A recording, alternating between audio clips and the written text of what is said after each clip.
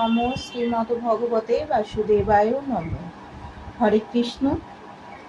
আজকে শ্রীমদ্ ভগবদ গীতার অষ্টম অধ্যায়ে অক্ষয় ব্রহ্মযোগের 28 নম্বর শ্লোক থেকে আপনাদের পড়ে শোনাব।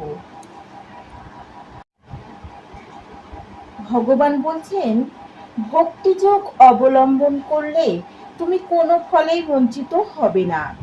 বেদ পাঠ, যজ্ঞানুষ্ঠান, তপস্যা, দান আদি যত প্রকার জ্ঞান ও কর্মের সাধন আছে, সেই সমুদয়ের ফল যোগী বা ভক্ত ভক্তিযোগ দ্বারা লাভ করে আদি পরমধাম প্রাপ্ত হন।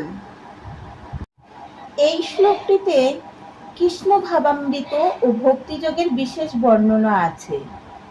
এটি সপ্তম অষ্টম অধ্যায়ের সারমর্ম।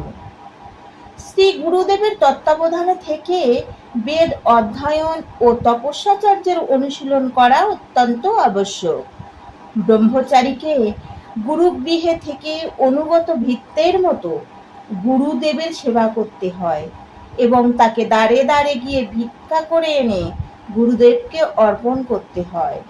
শ্রী গুরুদেবের আজ্ঞানুসারেই কেবল সে ভোজন করে এবং যদি কোনোদিন গুরুদেব তাকে ভোজনে না ডাকেন, তাহলে সেই দিন সে উপবাসই থাকেন। এগুলি ব্রহ্মচর্য ব্রতের কয়েকটি বৈদিক সিদ্ধান্ত। 5 বছর থেকে 20 বছর পর্যন্ত গুরুর তত্ত্বাবধানে বেদ অধ্যয়ন করার পর ব্রহ্মচারী শিক্ষার্থী পরম চরিত্রবান মানুষ হতে সক্ষম হন। বেদ অধ্যয়ন করার উদ্দেশ্যে আরামকেদারার উপবিষ্ট মনোধর্মীদের মনোরঞ্জন করা নয়, তার উদ্দেশ্য চরিত্র গঠন করা।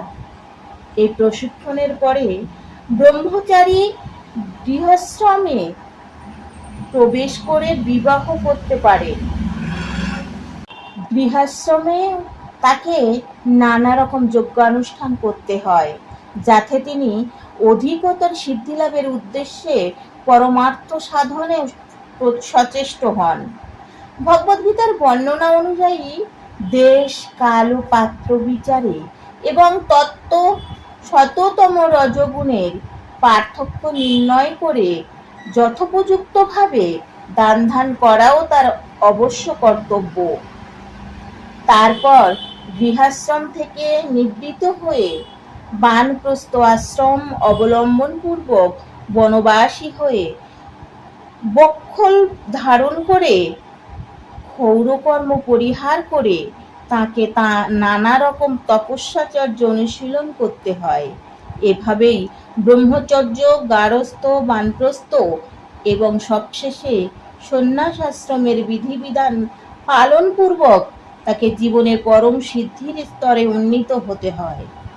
তাদের মধ্যে কেউ কেউ স্বর্গলোকে উন্নীত হন এবং তারপরে আরো উন্নতি সাধন করার পরে পরব্রহ্মে নির্বিশেষে ব্রহ্মজ্যোতি অথবা বৈকুণ্ঠলোক বা কৃষ্ণলোক পরম মুক্তি লাভ করেন।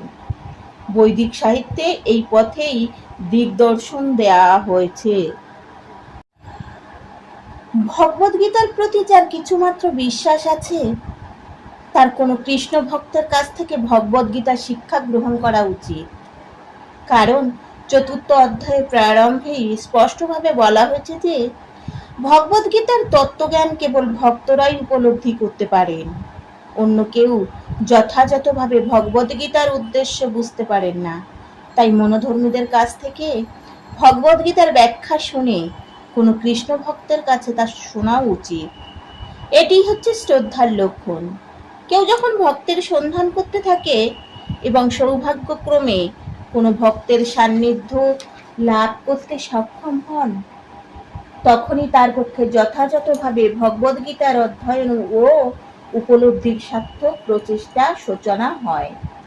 সাধু সঙ্গের প্রভাবে ভগবৎ সেবার সূচনা হয় এবং সেই সেবার ফলে শ্রীকৃষ্ণ বা ভগবানের সম্বন্ধে এবং শ্রীকৃষ্ণের নাম, রূপ, লীলা, পরিকর আদি সকল বিষয় সমস্ত সংশয় সম্পূর্ণরূপে দূর হয়।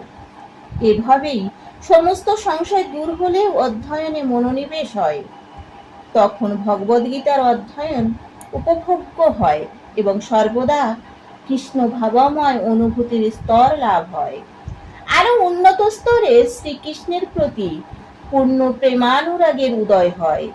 এই পরম সিদ্ধির স্তরে ভক্ত চিদাকাশে অবস্থিত শ্রীকৃষ্ণের ধাম গোলক বৃন্দাবনে প্রবিষ্ট হন, যেখানে তিনি চিন্ময় শাশ্বত আনন্দ লাভ করেন।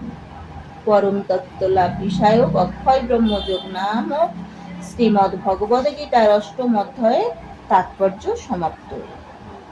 হরে কৃষ্ণ।